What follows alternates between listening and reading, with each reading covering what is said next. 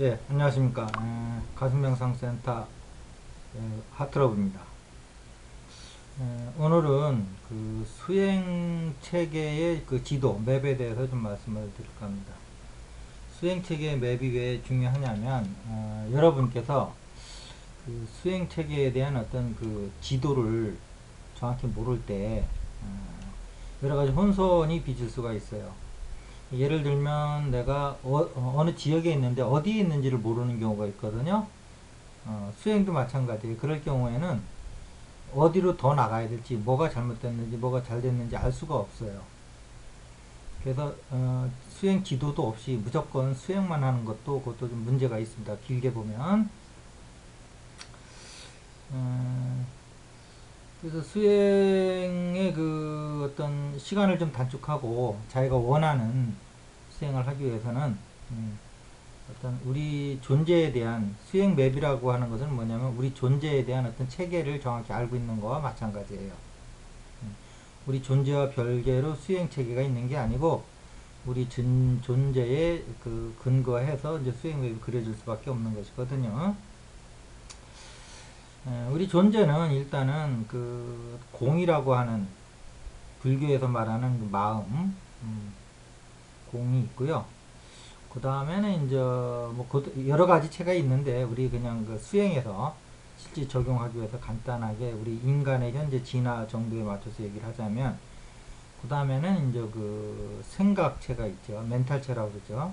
이게 있고 그 다음에는 또 우리가 이제 가지고 있는 그 차원이 감정이라고 하는 감정체라고 하는 아스트랄체가 있습니다. 그 다음에 또 이제 우리 그 몸에 관련해서 보이는 육신이 있고 육신의 에너지 배터리라고 보시면 됩니다. 에너지를 충전시켜주는 에테르체가 있어요. 크게 보면 이렇게 네 가지로 보시면 되겠습니다. 그 인간 외에도 그 여러 차원의 그 고차 존재들이 있지만 현재 우리 인간에게 나타나는 모든 나타나는 것은 크게 보면 이제 그 생각, 감정, 몸 이렇게 세 가지죠. 그 외에 이제 보이진 않지만 어떤 이 세 가지의 또 근간이 이득이 있는 공이라는 게 있고요. 그러니까 공 외에는 전부 다 이게 그 어떤 체로 보시면 됩니다. 체와 용에서 용으로 보시면 돼요. 즉 공과 색에서 색으로 보시면 됩니다. 그럼 공과 색, 체와 용은 뭐인 차이가 있냐? 공은 체로 보시고 색은 저 용어로 보시면 되는데 그 체는 일체 작용이 없어요. 다만 알아차리는 기능만 있어요. 일체 작용이 없습니다. 그러니까 기독교세계나 하나님도 이런 의미에서 보면 그거는 공의 자리는 아니에요. 왜 하나님은 기독교에서 그 하나님은 보면은 작용을 하시잖아요. 인간계에 나타나서 이렇게 구약성경 같은 거 보면 그렇기 때문에 그 이제 공은 공의 개념은 아니에요 불교에서. 인격 세계의 이제 존재죠. 그 다음에 이제 그 용, 즉 색에 관련해서는 그 작용이 있어요. 작용.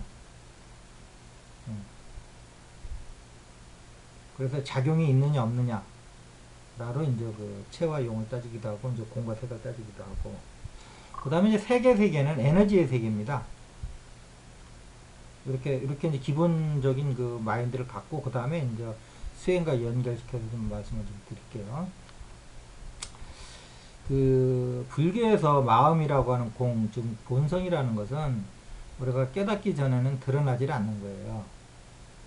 그래서 이걸 보기 위해서는 이제 일반적으로 이제 가슴 명상이 아닌 기준 명상에서 머리에서 이제 생각을 없애는 작업을 하죠. 생각 너머로 이제 가기 위해서 이제 그 작업을 하는데 그러기 위해서 이제 화두 가나선도 나오고 뭐 이제 조사선도 나오고 여러 가지 이제 묵주선도 나오고 요것은 이제 그 공을 찾기 위한 노력들이에요.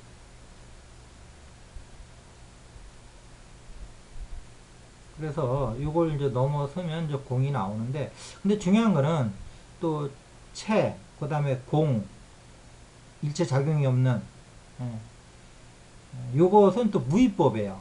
이렇게 잘 정리하시기 바랍니다. 그 다음에 색, 용, 그 다음에 이런 에너지, 요거는 유의법이에요. 이렇게 딱 정해놓고 보시면 됩니다. 공 따로 있고 무의 따로 있고 그런 게 아니고요. 그래서 우리가 저 유의법에만 익숙하거든요. 왜냐하면 생각, 감정, 육체는 유의의 세계거든요.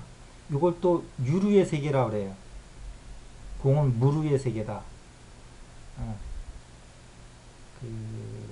이렇게 이제 보시면 되는데, 그래서 이제 우리가 무의의 세계를 모르기 때문에 그 공을 획득하기가 어려운데, 사실은 깨달은 사람 입장에서 보면 공은 이건 도노예요. 순간에 깨닫는 거예요. 어느 뭐 체계도 없고 아무것도 없어요. 이걸 넘어가게 해주는 게 또 스승들입니다. 근데 이제 뭐 예를 들면 뭐 지금 이제 몸에 관련된 에너지체를 수행하는 단체 같은 데서 보면 뭐 몇 단계 맨 마지막에는 자기네들 깨달음이라고 그러는데 그렇게 해서 얻어지는 게 아니에요. 뭐 단계가 있고 그러면서 맨 마지막에 몇 단계 깨달음이 있다는 거는 전부 그 진정한 그 깨달음의 단체가 아니라고 보시면 돼요. 그런 거 아니에요. 깨달음이라는 건 무의법으로 넘어가는 거지 유의법으로 몇 단계 거치면 되는 거다 이런 거 없어요. 그래서 뭐 서산대성 같은 경우는 뭐 다구는 소리에도 깨닫고 순간적으로 뭐 어떠신 분들은 뭐 그 기와장 깨지는 소리에도 순간적으로 깨닫고 뭐 이렇게 가다가 돌뿌리에 이렇게 걸리면서 넘어질 듯 하다가도 깨닫기도 하고 이러는 게 깨달음의 실체입니다. 그래도 정확한 표현이에요. 이제 그렇게 해서 이제 공을 터득하면 요거는 이제 스승을 잘 만나야 돼요. 스승이 이제 그 사람의 이제 그 여러 가지 이제 그 상황을 봐서 이렇게 탁 넘겨주는 그 방편이 강한 스승을 만나야 돼요. 방편도 없이 오로지 자기만 쫓아오면 깨닫게 된다? 그거 아니에요. 제자들의 그 어떤 근기를 봐서 그때그때 열어줄 수 있는 스승이 진짜 스승입니다. 정해진 룰이 없어요. 무의법에는 그 도누라고 그러는 거예요. 갑자기 깨닫는 거예요. 서서히 수행하는 게 아니에요. 이것은 이제 해능과 이제 신수의 이제 그런 어떤 육조 해능의 얘기에서도 많이 나오죠. 점점 닦아가는 것이다. 그러니까 해능이 그냥 그러면 넌 마음 못 봤다. 마음이라는 건 그런 거 아니다. 순간에 깨닫는 것이다. 그래가지고 오조 해능 선사께서 이제 육조 해능을 자기 이제 이제 법을 전해주죠. 이렇게 해서 이제 그 본성을 깨닫고요. 그 다음에 이제 생각은 이제 요것은 이제 그 우리가 수행을 하기 전에는 번뇌망상에 빠져 있어요. 즉 번뇌망상이라는 게 이제 탐진치를 얘기하는 건데 가래 뭐 이런 거죠. 욕심, 욕구. 요것은 이제 지혜로 변환이 돼야 돼요. 지혜. 그런데 요것을 뭐 육바라밀을 하면 꼭 되는 건 아니고요. 기본적으로 그 가슴 공부를 하다 보면 내면의 소리를 만나요. 자기 참자의 내면의 소리. 이건 뭐 양심이라고도 하기도 하는데 내면의 소리라고 그러는데 이 소리를 들을 줄 알면 그게 바로 지혜라고 생각하셔도 돼요. 오히려 이 소리에 반항하고 반대하고 다른 소리를 나는 에고를 길을 들이는 게 여러분들이 해야 될 겁니다. 이건 점수입니다. 이거는 시간을 두고 서서 이렇게 이제 에고를 변화시켜 나가는 거예요. 내면의 그 참 소리를 이렇게 에고가 따라가도록. 처음에는 에고가 이제 막 반항을 하고 그러죠. 잘 안 따르고 자기 생각을 내고 그러죠. 그 다음에 이제 아스트랄체 감정체는 요것이 이제 우리 부정적 그 감정이 많죠. 뭐 두려움이라든지 이런 어떤 여러 가지 감정이 있는데 희노애락이라든지 칠정, 7가지 그 감정도 있죠. 동양에서는. 요것을 이제 전부 정화시켜 가지고 이제 사랑으로 변화시키는 과정이 이게 이제 아스트랄체입니다. 그래서 요런 그 단체들 보면 뭐 치유 에너지, 감정 에너지, 뭐 어디서 뭐 에너지를 가져온다 하는 업체들이 깨달음까지 얘기하는데 이건 에너지 가지고는 깨닫는 게 아니에요. 기본적으로 아셔야 됩니다. 그분들이 잘못했거나 아니면 그분들이 과대 포장을 하거나 이제 그런 건데 에너지 가지고 깨닫는 거 아니에요. 에너지를 다 다룰 줄 알면 그것도 좋은 거죠. 능력의 문제니까. 그런데 공을 본다는 건 능력의 문제가 아니에요. 우리 근본 바탕을 보는 거기 때문에 거기는 일체 작용이 없어요. 우리 모든 세계 바탕은 되지만 작용은 안 합니다. 그래서 이 에너지를 가지고 깨닫는 건 잘못된 거예요. 깨달으려면 진짜 마음을 가지고 거기에서 뭔가 이렇게 적극적으로 나갈 때 깨닫든 못 깨닫든 하는 거지, 그 대상의 에너지가 될 때는 마음이 아니고, 그것은 절대 깨달음은 없는 겁니다. 그런데 여러분들이 현혹되지 않길 바랍니다. 그래서 감정의 최고에 정화되어 있는 것은 사랑이에요. 생각의 최고 높게 올라간 것은 지혜고요. 그 다음에 보이지 않는 우리 공을 드러내는 것은 깨달음이라고 그러고요. 그 다음에 이제 우리 몸은 이제 보이는 육신이 있고, 그 다음에 이제 안에 에테르체가 있어요. 그 에너지체인데, 감정 에너지하고는 좀 달라요. 이 생명 에너지는. 근데 우리 생명 에너지를 만나기 전에는, 기본적으로 이제 성 에너지가 있어요. 우리 몸에는. 그 성 에너지를 이제 잘못하면은 음욕으로 빠지는 거고, 성 에너지를 여러분이 잘 다루실 줄 알면 생명 에너지로 전환시켜서 그 흔히 말하는 그 단전호흡이라든지 이런 데서 얘기하는 그 양신, 영원한 몸, 금강신, 이런 얘기들을 하죠. 이런 몸을 만드는 그 기본이 되는 그 소재가 생명 에너지입니다. 이건 이제 호흡으로 다스리기도 있기도 하고, 이제 또 밀교 이런 탄트라 계통에서도 또 자도, 우도가 있고 뭐 여러 가지 이제 분파가 있는데, 그건 여러분들이 좀 책에서 공부하시기로 하고요. 이런 어떤 그 성 에너지를 가지고 생명 에너지로 전환시키는 기법들이 인류에게는 많은 그것이 전해지고 있는데, 이것이 이제 일반적으로 아직은 이제 인류가 성에 대해서 그렇게 오픈되어 있지 못하지요. 성의 부정적인 면만 보고서 이제 일제 접근 자체를 못하게 하는데,